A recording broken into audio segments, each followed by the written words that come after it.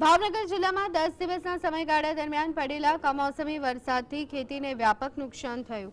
ચોમાસામાં ભારે વરસાદ પછી હવે આ માવઠાએ મોટાભાગના વિસ્તારોમાં પાકને વ્યાપક નુકસાન પહોંચાડ્યું છે। મગફળી સહિતના મુખ્ય પાકો સંપૂર્ણ નાશ પામ્યા છે। ખેતરમાં પડેલી મગફળી પલળી ગઈ છે। ખેડૂતોના મુખમાં આવેલો કોળિયો છીનવાઈ ગયો। સહાયને લઈ અને ખેડૂતોમાં નારાજગી જોવા મળી છે। ખેડૂતોએ સરકારી સહાયને કુટુંબમાં બધા ભૂખ્યા હોય અને એક માટે ખાવાની વ્યવસ્થા થાય તેવી ગણાવી છે। દેવું માફ કરવાની માંગ ઉઠી છે। જિલ્લા ખેતીવાડી વિભાગે 80 ટીમોએ પાક નુકસાનીનો સર્વે શરૂ કર્યો। કમોસમી વરસાદના કારણે જે મોઢામાં આવેલો કોળિયો છે તે ખેડૂતોનો છીનવાઈ ગયો છે। કારણ કે તૈયાર થયેલો પાક, બાળકની જેમ ઉછેરેલો પાક હવે કમોસમી વરસાદના કારણે સંપૂર્ણ નાશ પામ્યો છે। ભાવનગર નજીકના અવાણિયા ગામના આ દ્રશ્યો છે। જે મગફળી ખેંચી લીધી હતી, માત્ર તેનું ખળું લેવાનું બાકી હતું, પરંતુ જે પ્રમાણે કમોસમી વરસાદ આવી ગયો તેના કારણે મગફળી જે ખેંચેલી હતી, તૈયાર પાક હતો, આ પાક સંપૂર્ણ નષ્ટ પામ્યો છે।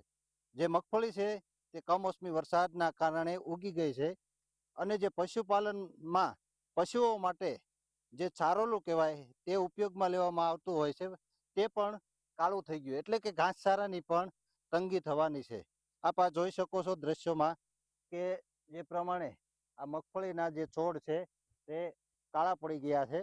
બધો પાક તૈયાર થયો અને તૈયાર થઈને ખેડૂતો લેવાની તૈયારી કરતા હતા ત્યારે જ આ કમોસમી માવઠું થયું અને ખેડૂતો પાક લઈ ન શક્યા। તૈયાર માલ બગડી ગયો, ખરાબ થઈ ગયો, ખેડૂતોને વ્યાપક નુકસાન થયું છે। અલગ અલગ પાકમાં મગફળીમાં વીઘે 10 મણ 15 મણનો ઉતારો આવે એ સંપૂર્ણ નાશ થયો।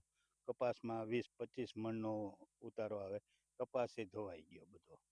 કારણ કે અમારે 100% નુકસાન છે। આની અંદર અમારે હવે ભવિષ્યમાં અમારું પશુપાલન નિભાવી રાખવું હોય તો બહારથી માલ લાવવો પડશે, પશુને ખવડાવવા માટે બહારથી લાવવો પડશે અને વાપરણ માટેની જે વસ્તુ છે, શિયાળુ પાક લેવા માટેની જરૂરિયાત છે, એ બધું અમારે લેણું કરીને કરવું પડશે। જે પ્રમાણે નુકસાની થઈ છે તે પ્રમાણે સહાય મળવી જોઈએ તેવું ખેડૂતોની માંગણી છે। અરવિંદ ભટ્ટી, GSTV, ભાવનગર।